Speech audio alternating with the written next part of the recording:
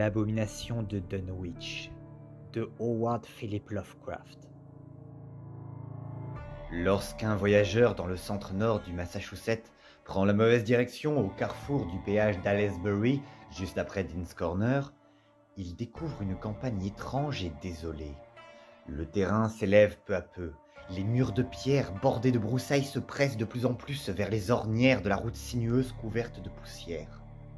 Les arbres des nombreuses zones forestières semblent trop grands, et les herbes sauvages, ronces et graminées manifestent une luxuriance qu'on leur voit rarement dans les zones défrichées. En même temps, les champs cultivés sont singulièrement rares et improductifs, tandis que les maisons très dispersées présentent un aspect étonnamment uniforme de vieillesse, de misère et de délabrement. Sans savoir pourquoi, on hésite à demander son chemin aux silhouettes noueuses et solitaires aperçues de temps à autre sur un seuil croulant ou dans les prairies en pente semées de rochers. Elles sont tellement silencieuses et furtives qu'on se sent comme face à des choses défendues dont il vaut mieux ne pas se mêler. Quand une côte sur la route révèle les collines au-dessus des bois profonds, le sentiment de vague malaise grandit. Les sommets sont trop arrondis, trop symétriques pour évoquer un naturel rassurant, et le ciel parfois fait ressortir avec une particulière netteté les cercles bizarres de pierre dont la plupart sont couronnés. Des gorges et des ravins de profondeurs incertaines coupent la chaussée, et les grossiers ponts en bois ne sont guère rassurants. Lorsque la route redescend, elle traverse des étendues marécageuses qui inspirent une aversion instinctive et presque de véritables craintes à la tombée de la nuit lorsque jacassent les engoulevents invisibles et que les lucioles sortent en vol serré pour danser au rythme insistant du pipeau strident des crapauds buffles.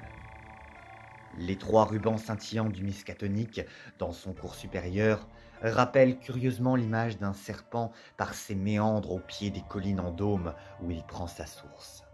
À mesure que les collines se rapprochent, on prend davantage garde à leurs flancs boisés plutôt qu'à leurs sommets couronnés de pierres. Ils apparaissent si abrupts et si sombres que l'on préférerait les éviter, mais il n'y a pas de route pour leur échapper. Au-delà d'un pont couvert, on aperçoit un petit village blotti entre le cours d'eau et la pente verticale de Road Mountain, et l'on s'étonne de la grappe de toits en croupe pourrissant qui témoigne d'une époque architecturale plus ancienne que celle des environs.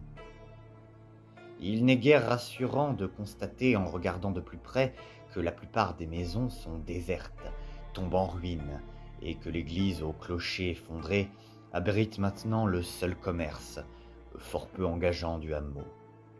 On craint de s'aventurer dans le ténébreux tunnel du pont, mais il n'y a pas moyen de l'éviter. Une fois parvenu de l'autre côté, on ne peut s'empêcher de flairer dans la rue du village la vague présence d'une odeur maligne, comme celle de la putréfaction et de la moisissure accumulée au cours des siècles.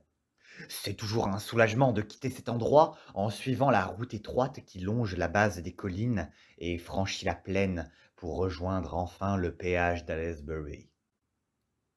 Plus tard, on apprend parfois qu'on a traversé Dunwich. Les étrangers visitent rarement Dunwich, et depuis la catastrophe, tous les écriteaux qui indiquaient sa direction ont été abattus. Le paysage, selon les canons esthétiques habituels, est d'une beauté peu commune. Néanmoins, il n'y a pas d'affluence d'artistes ou de touristes d'été. 2 siècles auparavant, quand la race des sorcières, le culte de Satan et les mystérieux habitants des forêts n'étaient pas objets de plaisanterie, c'était l'usage d'invoquer des motifs similaires pour éviter le village.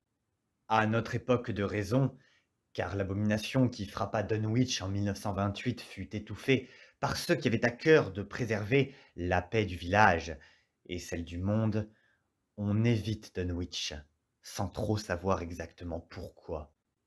Une raison peut-être, bien qu'elle ne joue pas pour les étrangers non informés, c'est que les locaux sont maintenant d'une intelligence répugnante, ayant poussé très loin la régression si commune à bien des coins perdus de la Nouvelle-Angleterre.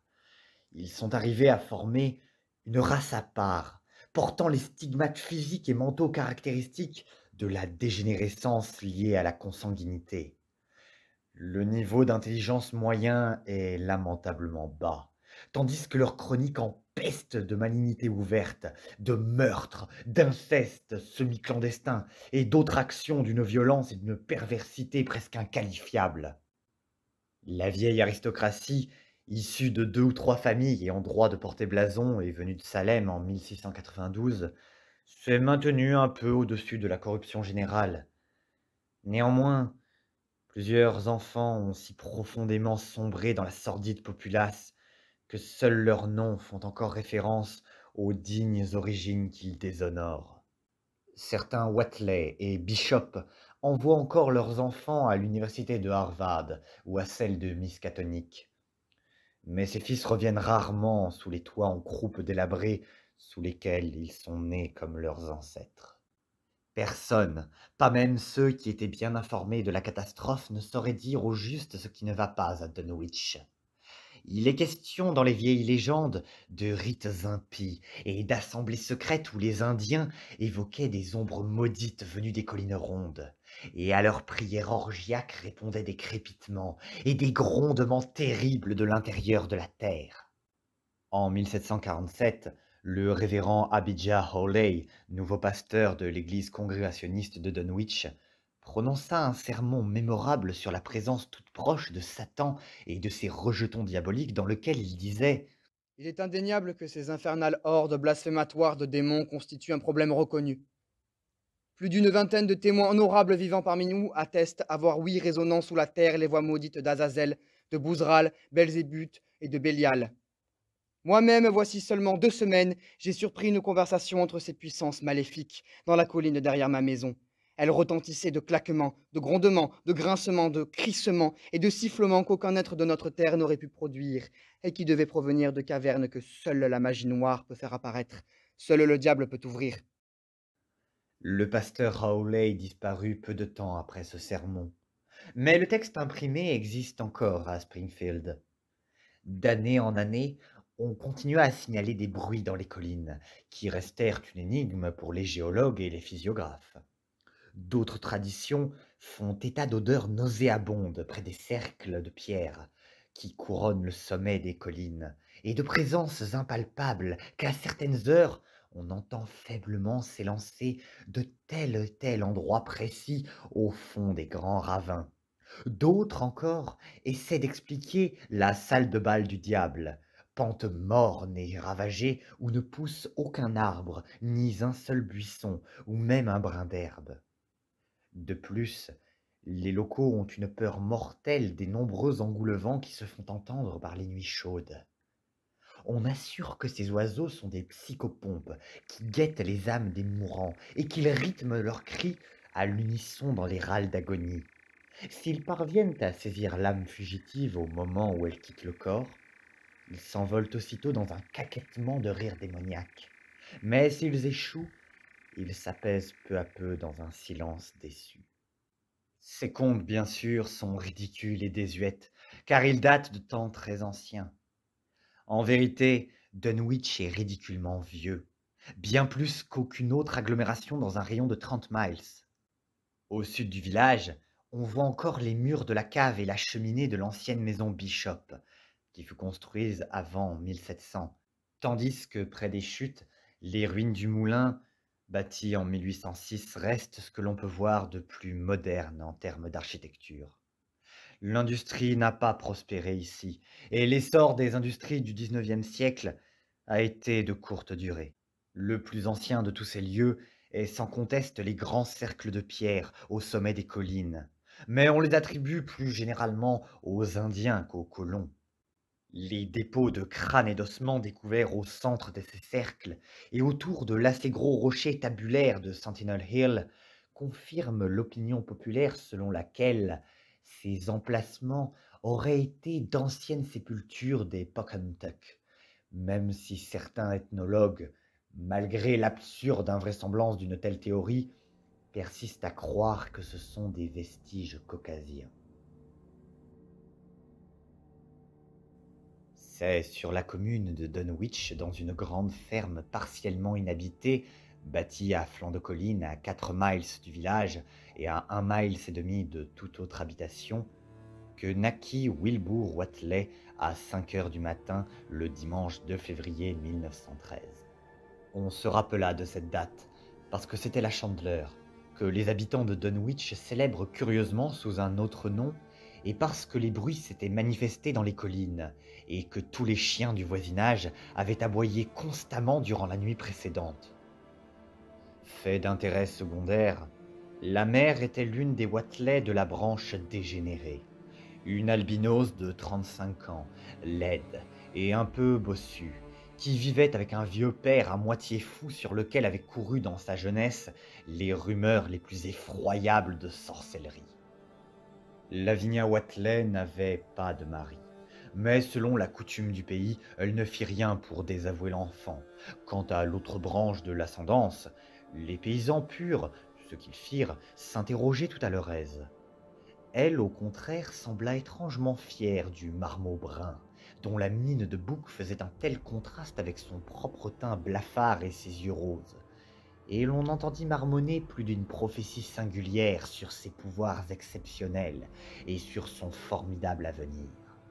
Lavinia était la seule capable d'émettre de tels propos, car c'était une créature solitaire, habituée à courir les collines au milieu des orages, s'efforçant de lire les gros livres malodorants que son père avait hérités de 2 siècles de Whatley, et qui maintenant étaient réduits en poussière, en morceaux traversés par les vers. Elle n'était jamais allée à l'école, mais était plein de bribes éparses de l'antique savoir que le vieux Whatley lui avait enseigné. La ferme retirée avait toujours été un objet de crainte, à propos notamment de la réputation de magie noire du vieux Whatley, et la mort violente inexpliquée de Monsieur Whatley, lorsque Lavinia avait 12 ans, ne contribua pas à rendre la maison plus populaire. Isolée parmi d'étranges influences, Lavinia se plaisait en de fantastiques rêveries de grandeur, et à des occupations singulières. Elle donnait peu de son temps aux soins du ménage, dans une maison où les règles de l'ordre et de la propreté avaient disparu depuis longtemps. La nuit où naquit Wilbur, un cri atroce se répercuta au-delà des collines et de l'aboiement des chiens, mais ni médecin ni sage-femme connue ne fut convié pour sa venue. Les voisins n'apprirent son existence qu'une semaine plus tard, lorsque le vieux Whatley arriva en traîneau dans la neige à Dunwich et tint un discours incohérent aux oisifs qui flânaient à l'épicerie d'Osborne. Un changement semblait s'être opéré dans le cerveau embrumé du vieillard. Cet homme, qui inspirait la peur, en devenait maintenant la proie, bien qu'un banal événement familial n'aurait pu le troubler. Malgré tout, il manifesta un peu de cet orgueil qu'on devait constater chez sa fille par la suite, et ses auditeurs se rappelèrent pendant des années des mots qu'il prononça à propos de l'enfant. « Je m'en fiche de ce que pensent les gens. Si le gosse de l'avenir ressemblait à son pas, il serait comme rien de ce que vous croyez. Faut pas croire que les seuls gens, c'est ceux de par ici. Elle en a lu, Lavinie, et elle a vu des choses que vous, presque tous, vous en parlez sans savoir. Je crois que son homme est aussi bon mari que vous pouvez en trouver de ce côté d'Aylesbury. Et si vous en saviez autant que moi sur les collines, vous demanderiez pas si un mariage d'église est meilleur que le sien. Je vais vous dire une chose. Un de ces jours, les gars, vous entendrez un enfant de Lavinie crier le nom de son père tout en haut de Sentinel Hill. » Les seules personnes qui virent Wilbur pendant le premier mois de sa vie furent le vieux Zachariah Whatley, de la branche non dégénérée de la famille, et Mamie Bishop, la compagne d'Earl Sawyer. La visite de Mamie était par simple curiosité, et les récits qu'elle en fit témoignaient de ses dons d'observation. Zachariah, en revanche, amenait 2 vaches d'Alderney que le vieux Whatley avait achetées à son fils, Curtis. Ce fut pour la famille du petit Wilbur le début d'une série d'achats de bétail qui ne prit fin qu'en 1928, lorsque l'abomination de Dunwich se manifesta, puis disparut. Pourtant, à aucun moment la grange branlante des Whatley ne sembla surpeuplée de bovins. Pendant un certain temps, les gens eurent la curiosité de compter à la dérobée le troupeau précaire qui paissait sur la pente raide au-dessus de la vieille ferme. Et ils ne trouvèrent jamais plus de 10 ou 12 spécimens anémiques ou apparemment exsangues. De toute évidence, une infection ou une maladie due peut-être au pâturage malsain ou aux fongosités et au bois pourrissant de l'immonde étable infligeait une lourde mortalité aux bêtes des Watelais. Celles qu'on voyait çà et là portaient des plaies, des blessures qui ressemblaient à des incisions, et à une ou deux fois, au cours des premiers mois, certains visiteurs crurent discerner des plaies semblables sur la gorge du vieillard aux poils gris non rasés et de sa souillonde fille albinos aux cheveux de broussailles. Au printemps qui suivit la naissance de Wilbur, Lavinia reprit ses habituelles randonnées dans les collines, portant dans ses bras mal bâtis son enfant basané. On se désintéressa des Watelais lorsque la plupart des gens du pays virent le bébé, et personne ne prit la peine de commenter les progrès rapides que le nouveau venu semblait manifester chaque jour. La croissance de Wilbur était vraiment phénoménale, car à 3 mois, il avait déjà la taille et la force musculaire qu'on voit d'habitude chez les enfants d'au moins 1 an. Ses mouvements et même les sons qu'il émettait témoignaient d'une maîtrise et d'une décision surprenantes pour un nourrisson. Ainsi, personne ne s'étonna de le voir, à seulement 7 mois, marcher seul, avec quelques hésitations qui disparurent le mois suivant. Ce fut peu après, pour Halloween, qu'on vit à minuit un grand feu au sommet de Sentinel Hill, où la vieille pierre en forme de table se dresse au milieu de son tumulus d'ossements. Il s'éleva des discussions sans fin quand Saliers Bishop, l'un des bishops de la branche non dégénérée, disait avoir vu le garçon monter la colline, courant avec ardeur devant sa mère, 1 heure à peu près avant l'apparition des flammes. Salias, qui rabattait une génisse égarée, faillit oublier sa mission en surprenant un instant les 2 silhouettes dans la lueur de sa lanterne. Elle filait presque sans bruit à travers les broussailles, et le témoin stupéfait croyait les avoir vus entièrement nus. Plus tard, il n'en était pas sûr à propos du garçon, qui portait peut-être une sorte de ceinture à franges et un caleçon ou un pantalon noir. Par la suite, on ne vit jamais Wilbur vivant et conscient qu'entièrement vêtu, boutonné jusqu'au menton, et le moindre désordre réel ou redouté dans sa tenue lui causait visiblement beaucoup d'irritation et d'inquiétude. Le contraste à cet égard avec ses ignobles mères et grands-pères fut jugé particulièrement remarquable jusqu'à ce que l'abomination de 1928 en fit entrevoir la raison la plus plausible. En janvier, les commères n'apprirent pas sans intérêt que le Noiraud de Lavigny avait commencé à parler, bien qu'il n'avait que 11 mois. Ce qui frappait dans son langage, c'est qu'il différait des accents d'ordinaire de la région, et qu'il était libre de tout zézètement puéril, ce que bien des enfants de 3 ou 4 ans auraient pu lui envier. Ce n'était pas un bavard. Pourtant, quand il parlait, il semblait refléter on ne sait quoi d'insaisissable dont Dunwich et ses habitants étaient absolument dépourvus. L'étrangeté ne tenait pas à ce qu'il disait, ou même aux expressions simples qu'il employait, mais elle paraissait vaguement liée à son intonation et aux organes inters qui produisaient les sons articulés. Sa physionomie, elle aussi, surprenait de par sa maturité, car bien qu'il n'eût pas plus de menton que sa mère et son grand-père, son nez ferme et précocement formé contribuait avec ses grands yeux noirs, presque latins, à lui donner un air presque adulte et d'une intelligence quasi surnaturelle. Il était néanmoins extrêmement laid, si brillant qu'il parût. Il avait quelque chose d'animal, proche du bouc, de par ses lèvres épaisses, sa peau jaunâtre aux pores dilatés, sa rude chevelure crépue et ses oreilles bizarrement étirées.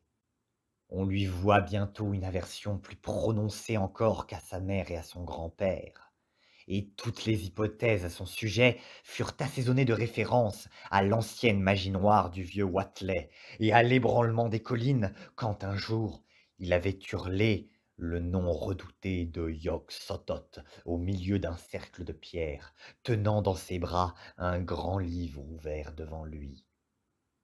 Les chiens détestaient l'enfant, qui était toujours obligé de prendre diverses mesures défensives contre leur aboiement menaçant.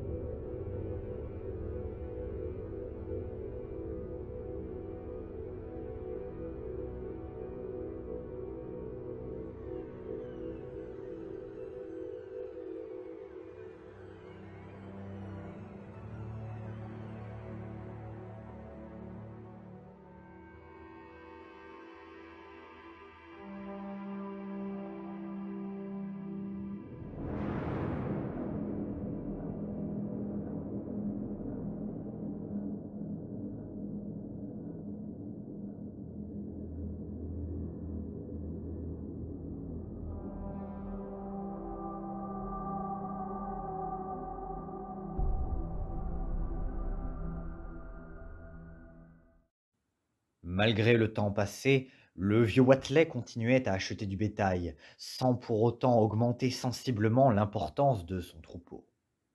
Il se mit à abattre des arbres aussi, afin de réparer les parties inutilisées de sa maison. Un grand bâtiment au toit pointu, dont l'arrière était entièrement enfoui dans le flanc rocheux de la colline, et dont 3 pièces, moins délabrées au rez-de-chaussée, avaient toujours servi pour lui et sa fille. Le vieillard devait avoir de prodigieuses réserves d'énergie en lui pour mener à bien une tâche aussi dure. Et bien qu'il bafouillât encore à tort et à travers, son travail de charpentier semblait être le fruit de solides calculs. Il avait commencé cela dès la naissance de Wilbur, en mettant brusquement en ordre un des nombreux hangars à outils qu'il avait fermés de planches et munis d'une forte serrure neuve. À présent, en restaurant l'étage abandonné de la maison, il fut un artisan non moins minutieux. Sa folie ne le trahissait que lorsqu'il condamna toutes les fenêtres de la partie remise en état, mais beaucoup de gens estimaient déjà absurde qu'il prît la peine de la réparer. Moins inexplicable fut son aménagement d'une autre chambre en bas pour son petit-fils nouveau-né. Plusieurs visiteurs la virent, alors que personne ne fut admis à l'étage solidement barricadé. Il avait garni cette pièce de hauts et robustes rayonnages, le long desquels il rangea, peu à peu, mais visiblement dans un ordre scrupuleux, tous les antiques volumes pourrissants tombant en lambeaux des livres qui, de son temps, s'entassaient pêle-mêle dans tous les recoins de la maison. Je m'en suis bien servi, Disait-il en recollant de son mieux une page arrachée couverte de caractères gothiques avec une colle préparée sur le fourneau rouillé de la cuisine. mais le gars est capable d'en faire un meilleur usage. Faudra qu'il fasse le mieux qu'il pourra parce qu'il n'y aura pas d'autre école. Quand Wilbur eut 1 an et 7 mois, en septembre 1914, sa taille et ses progrès semblèrent presque alarmants. C'était un causeur à la parole facile et incroyablement intelligent. Il courait en liberté les champs et les collines, accompagnant sa mère dans tous ses vagabondages. À la maison, il étudiait assidûment les gravures et les cartes étranges des livres de son grand-père, tandis que le vieux Watley l'instruisait et l'interrogeait pendant les longs après-midi silencieux. À cette époque, la restauration de la maison était terminée, et ceux qui la regardèrent s'étonnèrent qu'on ait transformé une des fenêtres de l'étage en une solide porte en bois épais. C'était une fenêtre à l'arrière du pignon est, tout contre la colline, et personne ne comprit pourquoi elle était reliée au sol par une passerelle de bois. Vers la fin de son travail, on remarqua que le vieux hangar à outils, si soigneusement verrouillé et clos sans la moindre fenêtre, était de nouveau abandonné. La porte s'ouvrait d'elle-même, et quand un jour Earl Sawyer y pénétra, après avoir vendu du bétail au vieux Watley, il fut complètement bouleversé par l'odeur singulière qu'il dut affronter.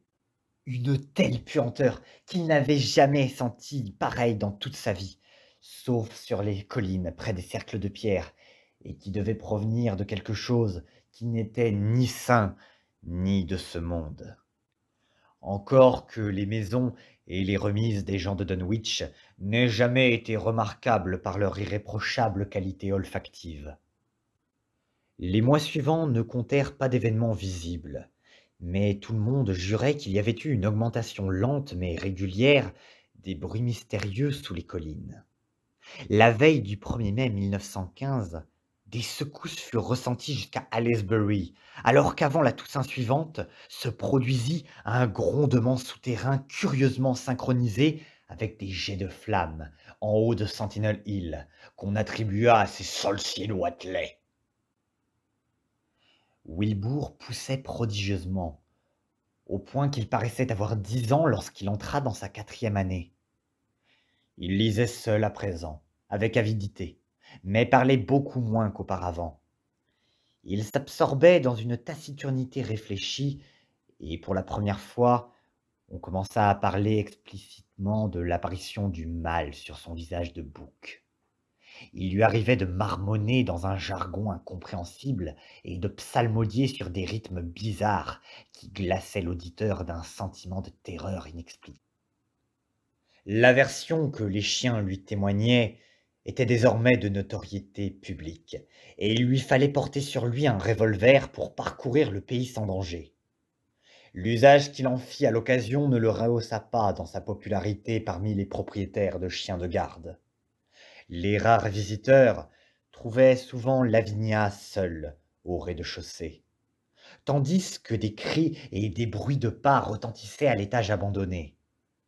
Elle ne parlait jamais de ce que son père et le garçon faisaient là-haut, bien qu'une fois elle se mit à pâlir et manifesta une crainte excessive lorsqu'un colporteur de poissons facétieux fit mine d'ouvrir la porte verrouillée qui menait à l'escalier. Ce marchand raconta aux gens qui flânaient dans une boutique de Dunwich qu'il avait cru entendre un cheval trépigner à l'étage au-dessus. Les flâneurs réfléchirent, songeant à la porte, à la passerelle et au bétail qui disparaissait si vite. Puis ils frissonnèrent en se rappelant les rumeurs qui couraient sur la jeunesse du vieux Watley et les êtres surnaturels que l'on faisait sortir de la terre au temps prescrit où l'on sacrifiait un bœuf à certains dieux païens. On avait remarqué depuis quelque temps que les chiens commençaient à éprouver pour toute la maison Watley une aversion et une peur aussi violentes qu'à l'égard du jeune Wilbur lui-même. En 1917, ce fut la guerre, et le propriétaire terrien Sawyer Watley, en tant que président du bureau de recrutement local, eut beaucoup de peine à trouver à Dunwich un contingent de jeunes gens aptes, même à être envoyés dans un camp d'instruction. Le gouvernement, alarmé de tels signes de dégénérescence collective d'une région, dépêcha plusieurs fonctionnaires et médecins experts pour enquêter, et mena ainsi une étude que les lecteurs des journaux de Nouvelle-Angleterre se rappellent peut-être.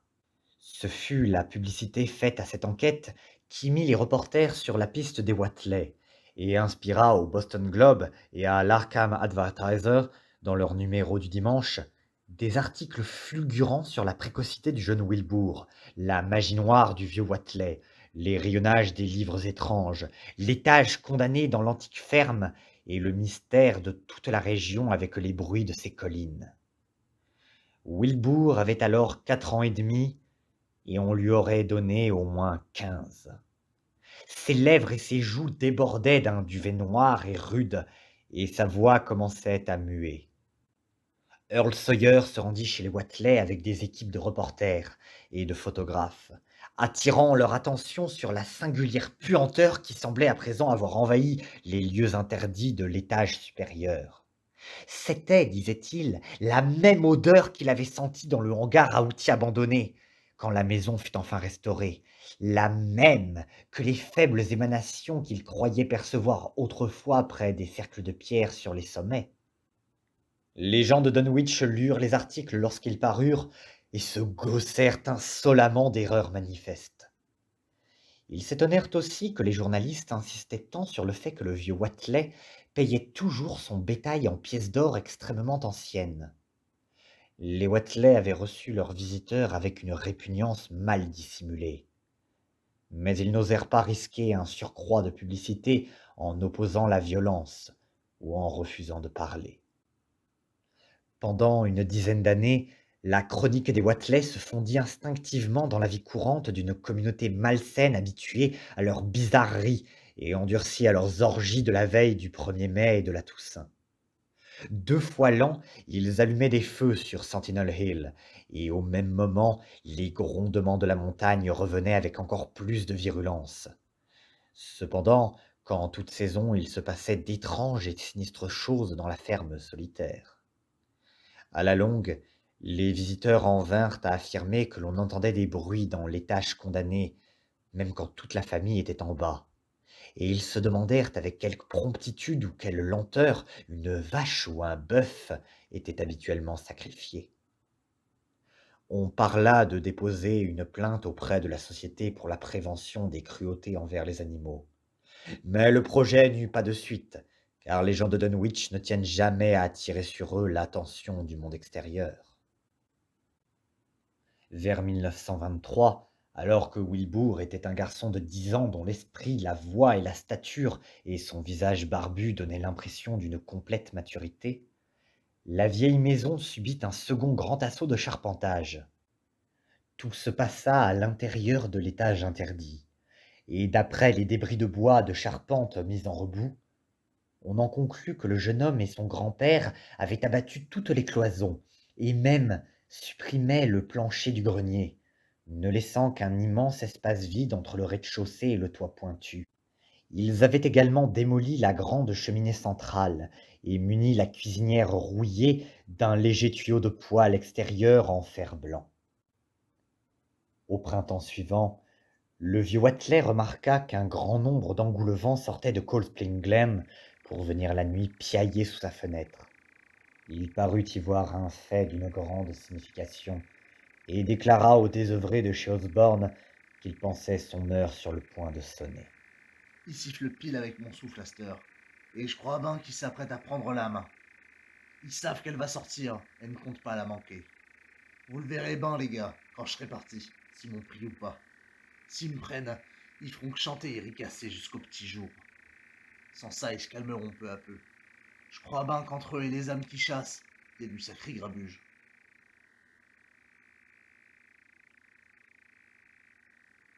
La nuit de Le Mas 1924, le docteur Houghton d'Aylesbury fut appelé en urgence par Wilbur Watley, qui avait fouetté son dernier cheval à travers les ténèbres pour téléphoner de chez Osborne au village. Il trouva le vieux Watley au plus mal, le rythme cardiaque et le bruit de la respiration stertoreuse, annonçant une fin imminente. L'informe fille albinos et le petit-fils étonnamment barbu étaient debout à son chevet, tandis que du gouffre vacant au-dessus d'eux venait l'évocation inquiétante d'une houle ou d'un clapotement rythmique, tels ceux des vagues sur une grève plate. Le médecin, pourtant, fut surtout troublé par les oiseaux de nuit qui jacassaient dehors. Une légion apparemment innombrable d'engoulevents qui criaient leur interminable message en répétition diaboliquement rythmée sur le halètement sifflant du mourant. C'était surnaturel et monstrueux, trop semblable, songeait le docteur Houghton, à toute cette région où il était bien entré à contre-cœur en réponse à l'appel urgent. Vers 1 heure du matin, le vieux Watley reprit conscience et interrompit son souffle bruyant pour adresser à son petit-fils quelques phrases entrecoupées. « Fais-y de l'espace, Willy, sans tarder. Tu pousses, et ça aussi plus vite. Il sera bientôt prêt à te servir, petit. Ouvre les portes à Yoxotot, avec la grande incantation que tu trouveras à page. 751 de l'édition complète. Et puis met le feu à la prison. Le feu de la terre peut plus le brûler maintenant. De toute évidence, il était complètement fou. Après une pause durant laquelle, dehors, la volée d'Engoulevent réglait ses cris sur le nouveau rythme de son souffle, tandis que venaient de très loin quelques indices des étranges bruits de la colline, il ajouta une ou deux phrases encore. Nourris sa bain, Willy. Pleure pas la quantité, mais laisse pas ça pousser trop vite pour son coin. Parce que s'il se casse de son logis, ou s'il s'en sauve avant que t'ouvres un Yoxotot, c'est tout foutu. Y a que ceux de l'au-delà qui peuvent le faire multiplier et travailler. Y a que les anciens qui veulent revenir. Mais la parole fit place de nouveau au halètement, et Lavinia hurla en entendant les Engoulevents suivre la nouvelle cadence. Cela dura plus d'une heure, puis vint le dernier râle guttural. Le docteur Houghton abaissa les paupières ridées sur les yeux gris déjà vitreux, tandis que le tumulte des oiseaux s'éteignit insensiblement jusqu'au silence. Lavinia sanglotait, mais Wilbur n'eut qu'un rire étouffé, tandis que les bruits sous les collines grondaient faiblement. Ils l'ont pas eu, murmura-t-il de sa profonde voix de basse.